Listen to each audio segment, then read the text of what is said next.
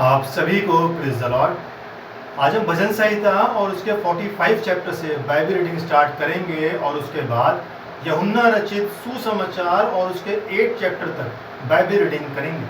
मैं Francis Joseph और मेरी पूरी टीम की तरफ से मैं आप सभी का बाइबल रीडिंग हिंदी ऑडियो में स्वागत करता हूँ।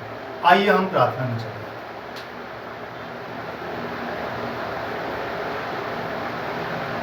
धन्यवाद धन्यवाद महान सामर्थ्य पिता, आपका धन्यवाद करते हैं प्रभु कि खुदावन बाप आसमानी आपने एक बार फिर से अवसर प्रदान किया बाइबल रीडिंग करने का। पिता परमेश्वर, आज जो वचन पढ़ा जाए और जो वचन सुना जाए उसके ऊपर आप अपना आशीष भरा हाथ रखें। इस प्रार्थना को मांगता हूं यीशु मसीह के सच्चे और जिंदे नाम से, आमीन। भजन संहिता और उसका 45 चैप्टर।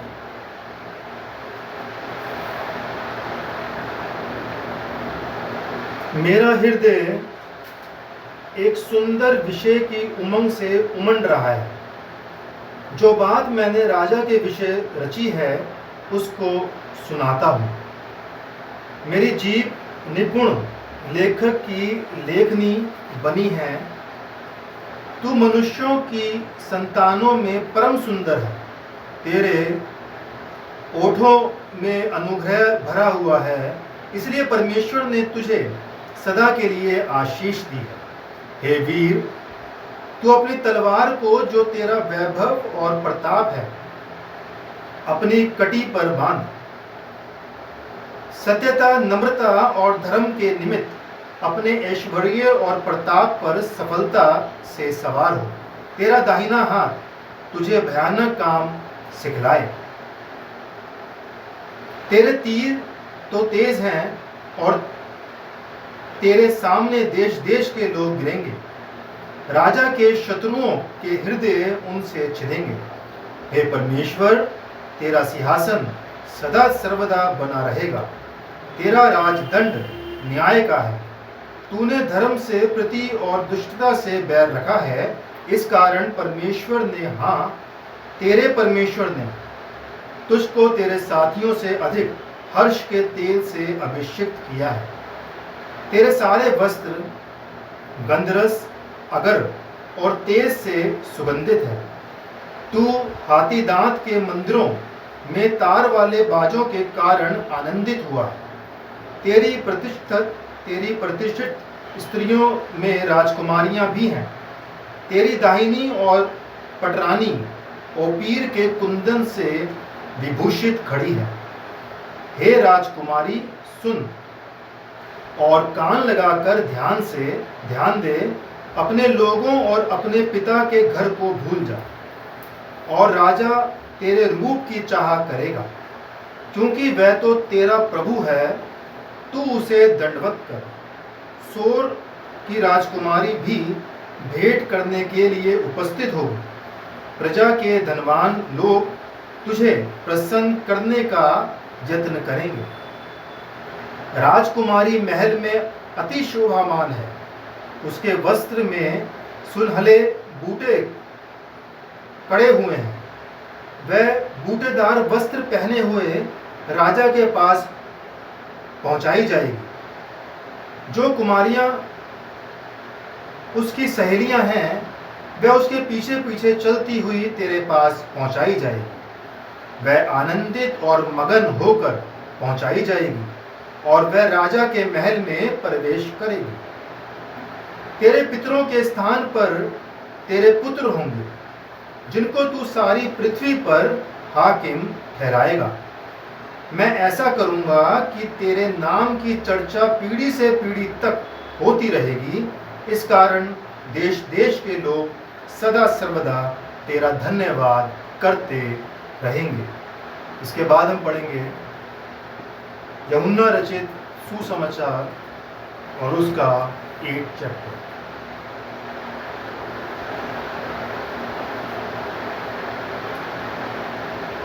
परंतु यीशु जैतून के पहाड़ पर गया। भोर को वह फिर मंदिर में आया। सब लोग उसके पास आए और वह बैठकर उन्हें उपदेश देने लगा। तब शास्त्री और फरीसी एक स्त्री को लाए जो व्यभिचार में पकड़ी गई थी। और उसको बीच में खड़ा करके यीशु से कहा, हे गुरु, ये स्त्री व्यभिचार करते पकड़ी गई है। व्यवस्था में मूसा ने हमें आज्ञा दी है कि ऐसी स्त्रियों पर पथराव करें। अंत तू उस स्त्री के विषय में क्या कहता है? उन्होंने उसको परखने के लिए ये बात कही ताकि उस पर दोष लगाने के लिए कोई बात पाए। परंतु यीशु झुककर उंगली से भूमि पर लिखने लगा। जब वे उससे पूछते ही रहे तो उसने सीधे होकर उनसे कहा, तुम में जो निष्पाप हो वही पहले उसको पत्थर मारे। और फिर झुककर भूमि पर उंगली से लिखने लगा। परंतु वे ये सुनकर बड़ों से लेकर छोटों तक एक एक करके निकल गए और यीशु अकेला रह गया और स्त्री वहीं बीच में खड़ी रह गई। यीशु ने सीधे होकर उससे कहा, हे नारी, वह कहाँ गए? क्या किसी ने तुझ पर दंड की आज्ञा ना दी? उसने कहा, हे प्रभु, किसी ने नहीं। यीशु ने कहा, मैं भी तुझ पर दंड की आज्ञा नहीं देता, जा और फिर पाप ना करना। यीशु ने फिर लोगों से कहा, जगत की ज्योति मैं हूं। जो मेरे पीछे हो लेगा वह अंधकार में ना चलेगा परंतु जीवन की ज्योति पाएगा। फरीसियों ने उससे कहा, तू अपनी गवाही आप देता है, तेरी गवाही ठीक नहीं। यीशु ने उनको उत्तर दिया, भले ही मैं अपनी गवाही आप देता हूं, फिर भी मेरी गवाही ठीक है, क्योंकि मैं जानता हूं कि मैं कहां से आया हूं और कहां को जाता हूं। परंतु तुम नहीं जानते कि मैं कहां से आता हूं या कहां को जाता हूं। तुम शरीर के अनुसार न्याय करते हो, मैं किसी का न्याय नहीं करता। और यदि मैं न्याय करूं भी तो मेरा न्याय सच्चा है, क्योंकि मैं अकेला नहीं परंतु मैं हूं और पिता है जिसने मुझे भेजा। तुम्हारी व्यवस्था में भी लिखा है कि दो जनों की गवाही मिलकर ठीक होती है।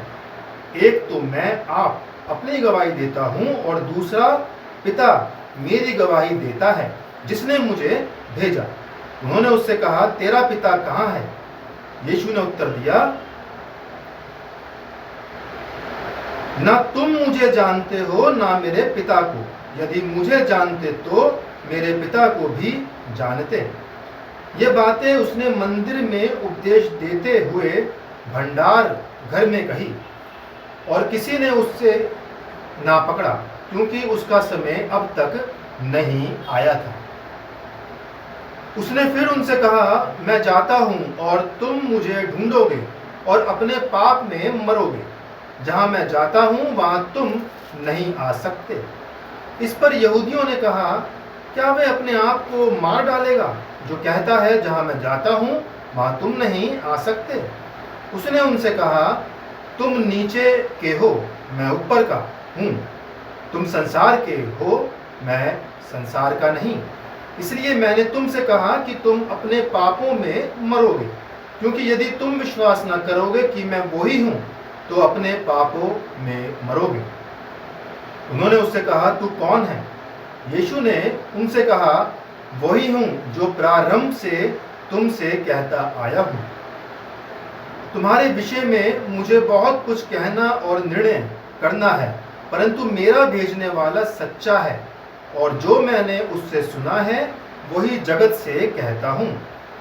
वह ये ना समझे कि हम से पिता के विषय में कहता है।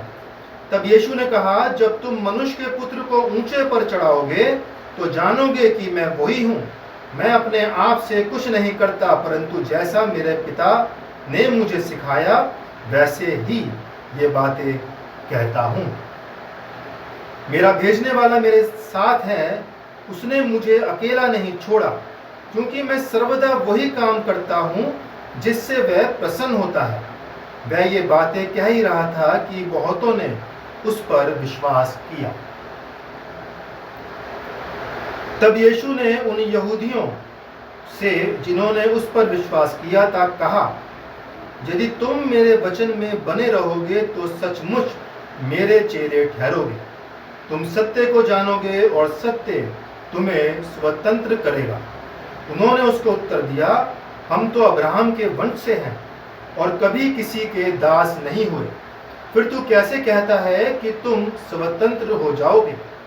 यीशु ने उनको उत्तर दिया, मैं तुमसे सच सच कहता हूं कि जो कोई पाप करता है वह पाप का दास है। दास सदा घर में नहीं रहता, पुत्र सदा रहता है। इसलिए यदि पुत्र तुम्हें स्वतंत्र करेगा तो सचमुच तुम स्वतंत्र हो जाओगे। मैं जानता हूं कि तुम अब्राहम के वंश से हो, तो भी मेरा वचन तुम्हारे हृदय में जगह नहीं पाता, इसलिए तुम मुझे मार डालना चाहते हो।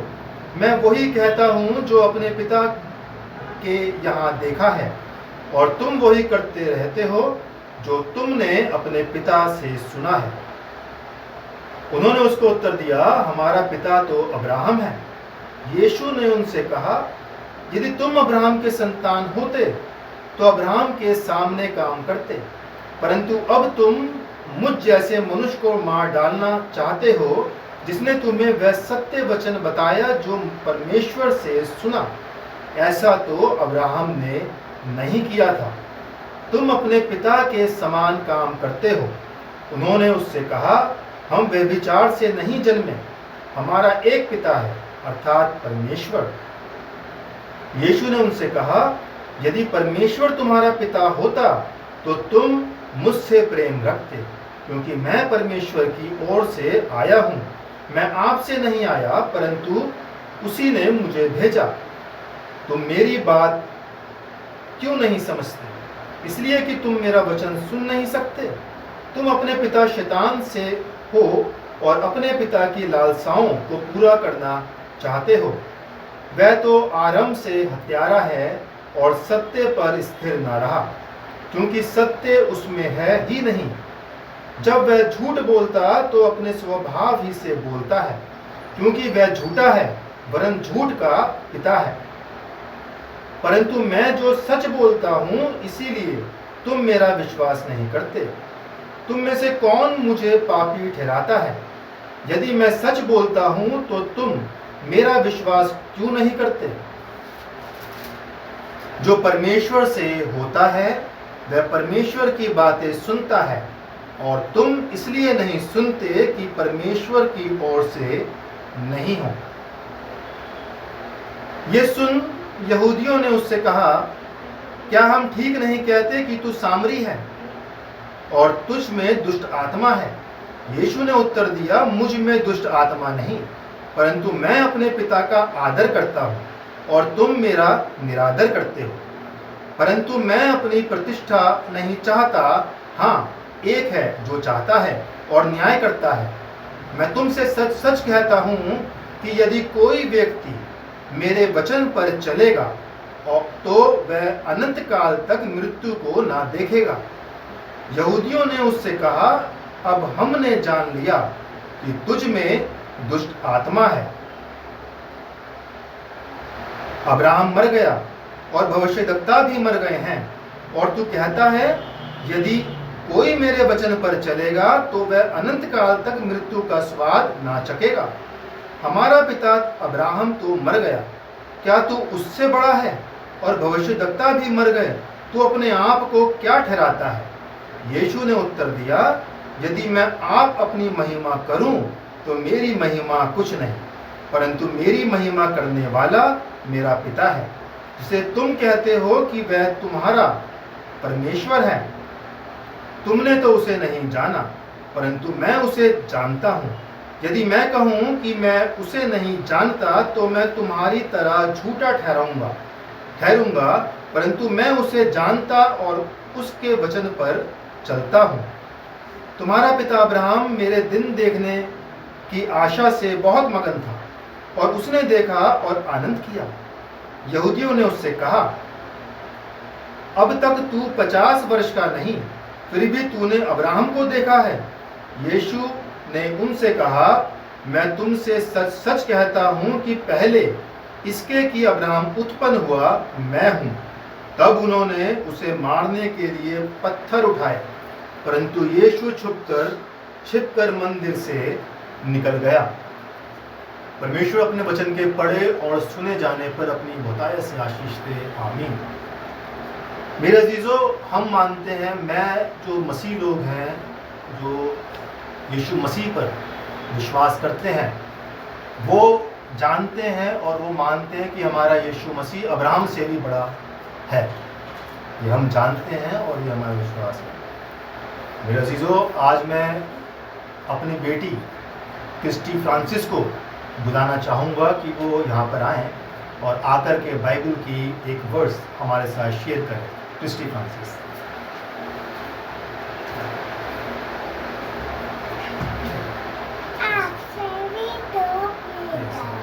आज आप कौन सी बाइबल की वर्स पढ़ेंगे?